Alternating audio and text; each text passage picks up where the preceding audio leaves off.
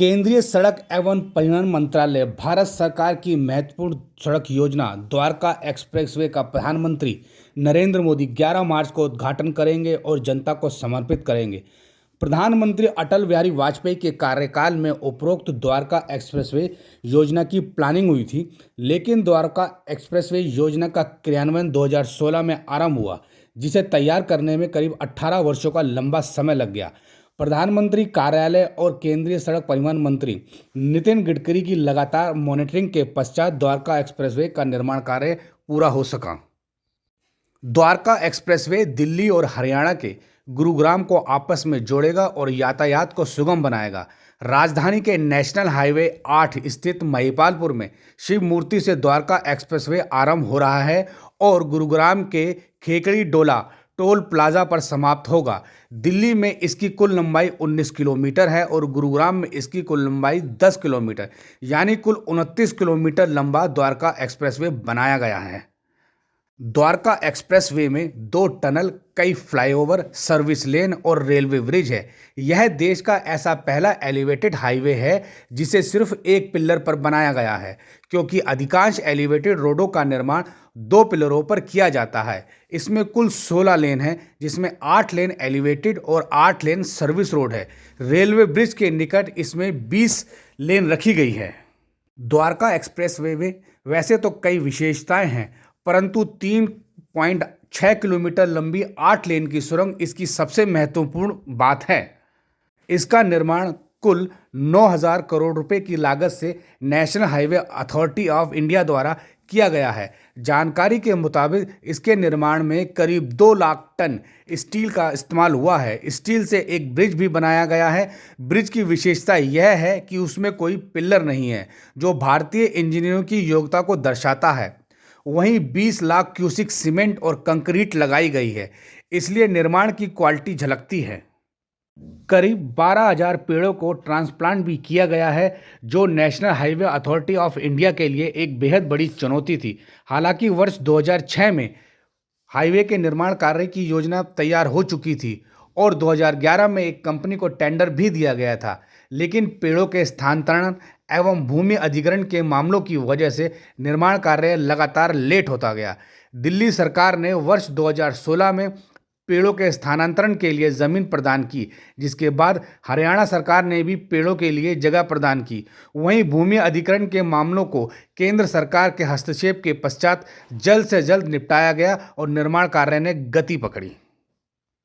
Dwarka expressway Delhi के महिपालपुर में urban extension road 2 से भी जुड़ेगा, इसलिए गुरुग्राम से दिल्ली आने में 1 घंटे की बजाय सिर्फ 20 मिनट लगेंगे। वहीं गुरुग्राम से सिंघू बॉर्डर जाने में भी घंटों का समय बचेगा। भारत सरकार के मुताबिक नेशनल हाईवे 8 पर करीब 60% तक यातायात का बोझ कम होगा और द्वारका व गुरुग्राम की करीब 8 से 10 लाख की आबादी को प्रदूषण और यातायात जाम की समस्या से मुक्ति मिलेगी। वहीं इंटरनेशनल एयरपोर्ट से कनेक्टिविटी भी आसान हो जाएगी। 5 चरणों में तैयार द्वारका एक्सप्रेसवे को आरंभ में 18 किलोमीटर बनाने की योजना बनी थी, लेकिन केंद्रीय सड़क एवं परिवहन मंत्री नितिन गडकरी के हस्तक्षेप के पश्चात योजना को 18 किलोमीटर से बढ़ाकर 29 किलोमीटर कर दिया गया।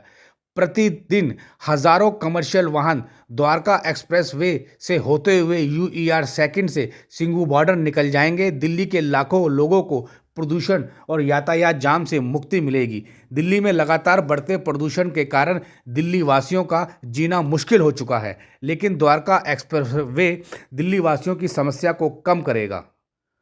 द्वारका एक्सप्रेसवे इकोनॉमिकल कॉरिडोर की भी महत्वपूर्ण भूमिका निभाएगा। यातायात जाम की वजह से गुरुग्राम में व्यवसाय काफ़ी प्रभावित हो रहा था, जबकि गुरुग्राम एक व्यावसायिक हब बन चुका है। एक रिपोर्ट के मुताबिक गुरुग्राम देश का 9वां शहर है जो सबसे अधिक टैक्स पे करता है। करीब 4.5 लाख लोग गुरुग्राम में टैक्स पेयर है। वर्ष 2022-23 में गुरुग्राम ने 40,000 करोड़ रुपए का टैक्स जमा कराया था, जिसमें 30,000 कंपनियां भी शामिल थी। गुरुग्राम में हजारों मल्टीनेशनल कंपनियों के कार्यालय है। द्वारका एक्सप्रेसवे शुरू होने से यह संभावना अधिक बढ़ जाएगी। इतना ही नहीं, हरियाणा के सोना को नई मिलेनियम सिटी बनाने के कार्य में भी तेजी आएगी। इसके अलावा द्वारका एक्सप्रेसवे के दोनों ओर अनेकों कंस्ट्रक्शन कंपनियां एवं बिल्डर ज़मीनें खरीद रहे हैं, जो बड़े बड़े अपार्टमेंट बनाने की तैयारी कर रहे हैं, बल्कि कई बिल्डिंगों का निर्माण भी हो चुका है। इससे भी देश की इकोनॉमिक बढ़ेगी, जिससे जीडीपी में ग्रोथ होगी। इसलिए यह कहना गलत नहीं होगा कि भविष्य में द्वारका एक्सप्रेसवे देश की आर्थिक व्यवस्था को सुधारने में महत्वपूर्ण भूमिका निभाएगा। द्वारका एक्सप्रेसवे के निर्माण में national highway authority of India को अनेकों अड़चनों का सामना करना पड़ा और बनने के बाद भी कई समस्याएं आई। द्वारका एक्सप्रेसवे के निर्माण में बेहिसाब खर्चे का आरोप भी लगाया गया। सरकार के कार्यों की जांच करने वाली संस्था सीएजी ने अपनी रिपोर्ट में पाया था कि प्रति किलोमीटर लागत 250 किलोमीटर आ रही है, जबकि आर्थिक मामलों की कैबिनेट ने इसके लिए 18.20 करोड़ रुपए की प्रति किलोमीटर लागत तय की थी। इस रिपोर्ट के बाद विपक्ष ने सरकार को घेरा और अनेकों सवाल उठाए। विपक्ष ने केंद्र सरकार पर घोटाले के भी आरोप लगाए, लेकिन सरकार ने इस रिपोर्ट को खारिज कर दिया।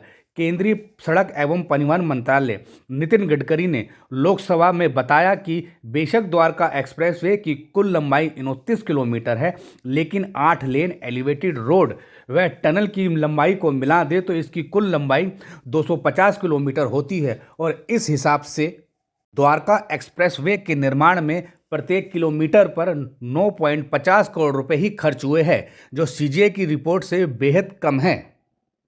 प्रधानमंत्री अटल बिहारी वाजपेयी के कार्यकाल में तैयार इस योजना को प्रधानमंत्री नरेंद्र मोदी के दूसरे कार्यकाल में पूरा कर लिया गया है और प्रधानमंत्री नरेंद्र मोदी जल्द ही द्वारका एक्सप्रेसवे को देश की जनता को समर्पित करेंगे।